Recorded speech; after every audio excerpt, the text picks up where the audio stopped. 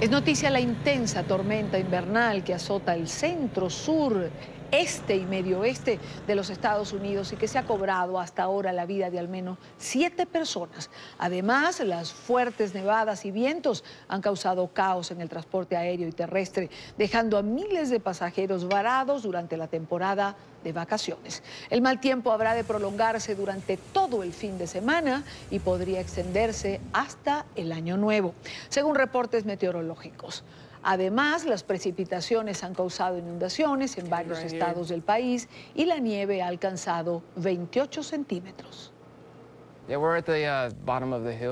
Estamos al pie de la línea de la casa a la colina y toda el agua entra allí, directamente al garaje.